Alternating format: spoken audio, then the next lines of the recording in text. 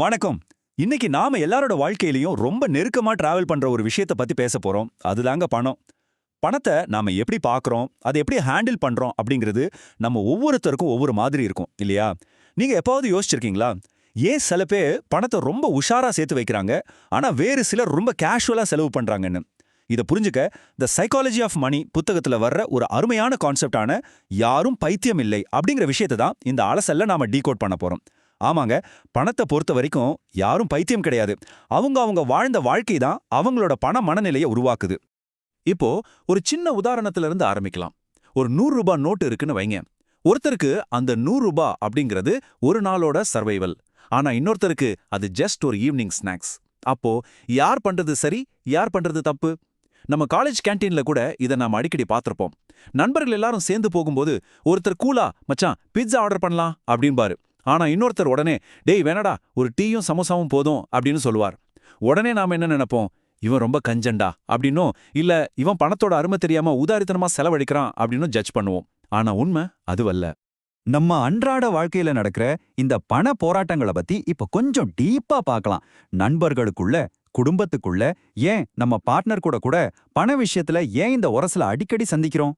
இதை புரிஞ்சுக்க ரெண்டு வித்தியாசமான மைண்ட் செட்டை நாம ஒப்பிட்டு பார்க்க போறோம். ஒரு பக்கம் அருண், இன்னொரு பக்கம் விக்ரம். அருண் ஒரு மிடில் கிளாஸ் குடும்பத்துல இருந்து வர்ற பையன்.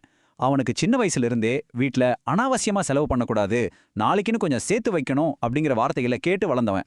அதனால அருணுக்கு அந்த 100 ரூபா அப்படிங்கிறது ரொம்ப மதிப்பு மிக்கது. பணத்தை பொறுத்த வரைக்கும் அருணுக்கு சேமிக்கு தான் மிகப்பெரிய செக்யூரிட்டி. ஆனா விக்ரமோட கதையே வேற. அவன் நல்ல வசதியான குடும்பத்திலிருந்து வந்தவன். வீக்கெண்ட் அவுட்டிங், ஆன்லைன் ஷாப்பிங் எல்லாம் அவனுக்கு ரொம்ப சாதாரணம். விக்ரம பொறுத்த வரைக்கும் செலவு செய்வது தான் அவனுக்கான சுதந்திரம். இப்போ இவங்க 2 பேரும் சேர்ந்து ஒரு 550 ரூபாய்க்கு ஒரு மூவி பிளான் பண்ணும்போது விக்ரம் லைஃப் என்ஜாய் பண்ணணும்டா அப்படின்னு ரொம்ப ஈஸியா சொல்லுவான். ஆனா அருண் இந்த மாசம் செலவு ரொம்ப ஜாஸ்தி ஆயிடுச்சு வேணாம் அப்படின்னு தயங்குவான். இதுல கவனிக்க வேண்டிய விஷயம் என்னன்னா 2 பேருமே தப்பில்ல. அவங்க வந்த ஃபேமிலி பேக்ரவுண்டு அவங்கள அப்படி யோசிக்க வைக்குது, அவ்வளோதான். இதுல இருந்து நாம தெரிஞ்சுக்க வேண்டிய இன்னொரு முக்கியமான விஷயம் இருக்கு. அருண், விக்ரம் 2 பேரையும் முழுமையா புரிஞ்சுக்கணும்னா ஃபைனான்ஷியல் மேத்தமேட்டிக்ஸ்க்கும் நம்மளோட இமோஷன்ஸ்க்கும் உள்ள வித்தியாசத்தை நம்ம பார்க்கணும். ஏன்னா பணத்தை பொறுத்த வரைக்கும் லாஜிக் வேற, எமோஷன் வேற. ஒரு லாஜிக்கான கணக்கு நமக்கு என்ன சொல்லும்? உன் கையில இருக்கிற 100 ருபீஸை சேமு, சீக்கிரமா முதலீடு பண்ணு, அது காம்பவுண்டிங் ஆகும் அப்படின்னு சொல்லும். ஆனா நம்ம மனசு அப்படி கேட்குமா? ஆஃபீஸ்லயோ காலேஜ்லயோ செம்ம ஸ்ட்ரெஸ்ஸா இருந்தா உடனே ஸ்விக்கியில் ஏதாச்சும் ஆர்டர் பண்ண தோணும். இன்னைக்கு ஒரு நாள் தானே, அனுபவிப்போம், நாளைக்கு பார்த்துக்கலாம் அப்படின்னு மனசு சொல்லும். அதே மாதிரி முதலீடு பண்ணலாம்னு நினைக்கும் போது ஐயோ ஷேர் மார்க்கெட்ல போட்ட பணத்தை நாளைக்கு இழந்துட்டு என்ன பண்றது அப்படிங்கிற பயம் வரும். லாஜிக் சேமிக்க சொன்னாலும் நம்ம பயமும் ஆசையும் தான் நம்ம முடிவுகளை இயக்குது. இந்த இடத்துல மார்கன் ஹவுசல் ரொம்ப அழகா ஒரு விஷயத்தை பதிவு பண்றார். அதாவது பண முடிவுகள் எப்பவுமே தர்க்கத்தின் அடிப்படையில், அதாவது லாஜிக்கா அமையறதில்ல. அவை நம்மளோட தனிப்பட்ட அனுபவத்தின் அடிப்படையில் தான் அமைகின்றன. இது 100க்கு 100 உண்மைங்க. எந்த ஒரு பாடப்புத்தகமும் உங்களுக்கு பணத்தை எப்படி செலவழிக்கணும்னு கத்துக் கொடுக்கறத விட உங்க குழந்தை பருவம், உங்க குடும்பம் பட்ட கஷ்டங்கள், நீங்க பார்த்த தோல்விகள், இது எல்லாமே தான் உங்க ஃபினான்ஷியல் பிஹேவியரை தீர்மானிக்குது. இந்த பண மனநிலை அப்படிங்கிறது ஒரு தனி மனுஷனுக்கு மட்டும் இல்ல, ஒரு முழு தலைமுறைக்கே எப்படி மாறுதுன்னு தெரியுமா? கொஞ்சம் யோசிச்சு பாருங்க. உங்க அப்பா அம்மா பணத்தை பார்க்கற விதமும் நீங்க பார்க்கற விதமும் எப்பவுமே ஒத்து போகாது, கரெக்டா? நம்ம பேரண்ட்ஸ் அதிகமா எதை விரும்புவாங்க? அரசு வேலை, தங்கம், நிலம். ஏன்?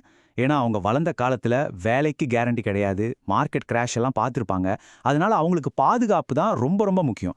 லோன் வாங்கவே ரொம்ப பயப்படுவாங்க. ஆனா இன்றைய இளைஞர்களான நாம என்ன நினைக்கிறோம்? ஸ்டார்ட் அப் பண்ணலாம், மியூச்சுவல் ஃபண்ட்ஸில் போடலாம், ஃப்ரீலான்சிங் பண்ணலாம்னு நினைக்கிறோம். ஏன்னா நாம இப்போ ஒரு டிஜிட்டல் உலகத்தில் வாழ்கிறோம். நமக்கு வளர்ச்சியும் சுதந்திரமும் தான் முக்கியம். இதில் 2 தலைமுறையுமே தப்பு இல்லைங்க. அவங்கவங்க வாழ்ந்த காலகட்டம் அப்படி. சரி, தலைமுறைகளை தாண்டி திரும்பவும் நம்ம காலேஜ் கிளாஸ் ரூமுக்கே வருவோம். எந்த ஒரு கிளாஸ் ரூம்லயும் சரி, இல்ல உங்க ஃப்ரெண்ட்ஸ் கேங்லயும் சரி, முக்கியமா 3 வகையான ஆட்களை நீங்க பார்க்க முடியும். அதுல முதல் டைப் யாருன்னா சேவ் ஃபர்ஸ்ட் ஸ்டூடெண்ட்.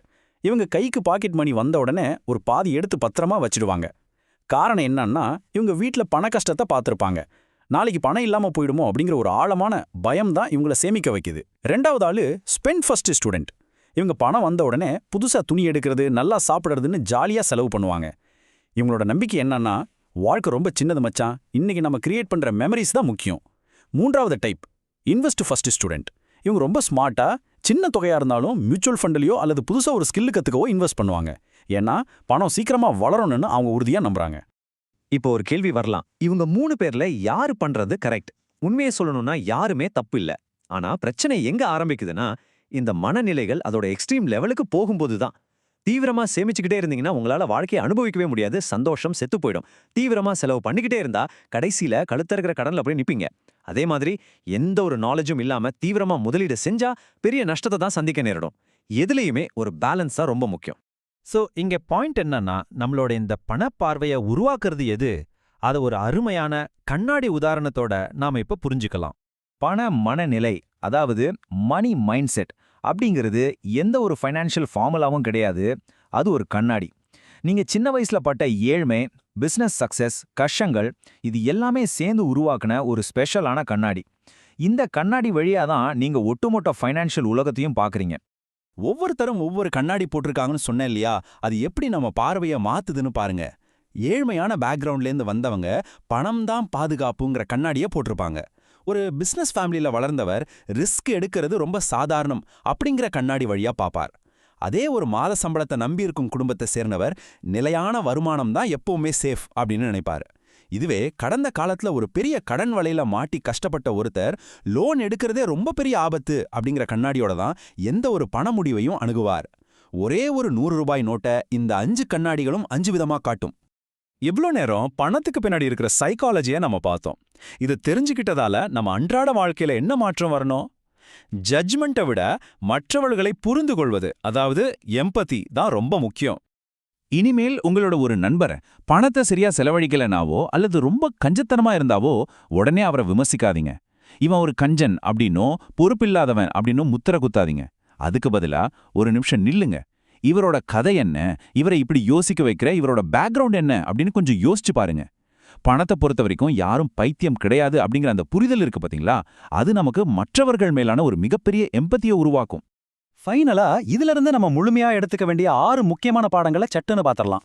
முதல் விஷயம், பணம் வெறும் கணக்கு கிடையாது, அது ரொம்பவே உணர்ச்சிபூர்வமானது. 2வது, ஒவ்வொருத்தரோட பண மனநிலையும் அவங்க வாழ்க்கை அனுபவத்துல இருந்து தான் வருது. 3வது, யாருடைய பின்னணியும் தெரியாம அவங்க பணப்பழக்கத்தை தயவு செஞ்சு விமர்சிக்காதீங்க. 4வது, உங்களுக்கு ஒர்க் அவுட் ஆன ஒரு விஷயம் எல்லாருக்கும் செட் ஆகணும்னு நினைக்காதீங்க. 5வது பாயிண்ட், உங்களுக்குள்ள இருக்கிற பண மனநிலையை நீங்களே உணர்வது தான் நிதி அறிவுக்கான முதல் படி. 6வது, சேமிப்பு, செலவு, முதலீடு, இது 3ஐயும் சரியான அளவுல பேலன்ஸ் பண்ண கத்துக்கோங்க. இன்னைக்கு உங்களுக்கு இருக்கிற சுய விழிப்புணர்வு தான் நாளைக்கு வரப்போற நிதி நெருக்கடியை கண்டிப்பா தடுக்கும். இப்போ கடைசியா உங்களுக்காக ஒரு கேள்வி. இந்த அலசலை பார்த்துக்கிட்டு இருக்கிற நீங்க நான் முன்னாடி சொன்ன அந்த 3 வகையில எந்த வகை? சேவ் ஃபர்ஸ்டா, ஸ்பெண்ட் ஃபர்ஸ்டா அல்லது இன்வெஸ்ட் ஃபர்ஸ்டா? உங்க வீட்ல அடிக்கடி பணத்தை பத்தி என்ன டயலாக் பேசுவாங்க? உங்க முடிவுகளை இயக்குற உங்க கதை என்ன? இத பத்தி இன்னைக்கு கொஞ்சம் ஆழமா யோசிச்சு பாருங்க. உங்களோட அந்த கதை என்ன அப்படிங்கறத நீங்க புரிஞ்சுக்கிட்டாலே உங்க ஃபைனான்ஷியல் வாழ்க்கை ரொம்ப ரொம்ப தெளிவாயிடும்.